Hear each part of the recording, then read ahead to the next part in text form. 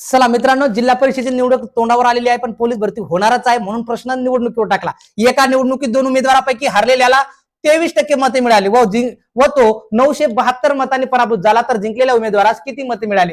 लक्षात घ्या, गावात जी 100% मतदान सुरू झाले, ज्याला 23% मत पडाले, याचा अर्थ तुलनेत 77% मत जास्त भेटले ना, हा जिंकला, हारला. पण इथं जिंकलेल्या उमेदवाराला किती मत मिळाले असं आहे, एकूण मते नाही, हा लक्षात घ्या.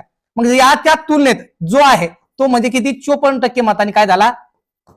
जिंकला किंवा हारला. 54% म्हणजेच काय रे? 972. तर 100% बराबर किती? याचा तिरपा गुणाकार करायचा. 972 गुणाकाराला 100, ज्याच्यासोबत एक आहे ते छेदाला टाकून घ्यायचा.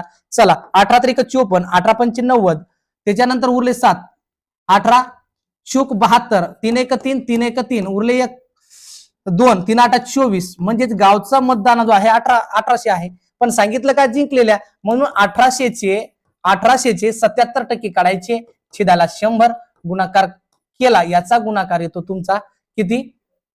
1386. लक्षात घ्या. पूर्ण पाहायचं असेल ना तर आपल्या बायोमध्ये जायचं, युट्यूबच्या किंवा इंस्टातून युट्यूबच्या बायोमध्ये जायचं, कारण आपण रोज 3ला लाईव्ह आहे, कारण तुमचा पूर्ण फायदा होईल. आणि पीडीएफ जर पाहिजे असेल तू हो भरती, आपलं टेलिग्राम चॅनल आहे, ते पण त्याच्यातून तुम्हाला सगळ्यात शिकवलेल्या पीडीएफ भेटून जाईल अगदी मोफत.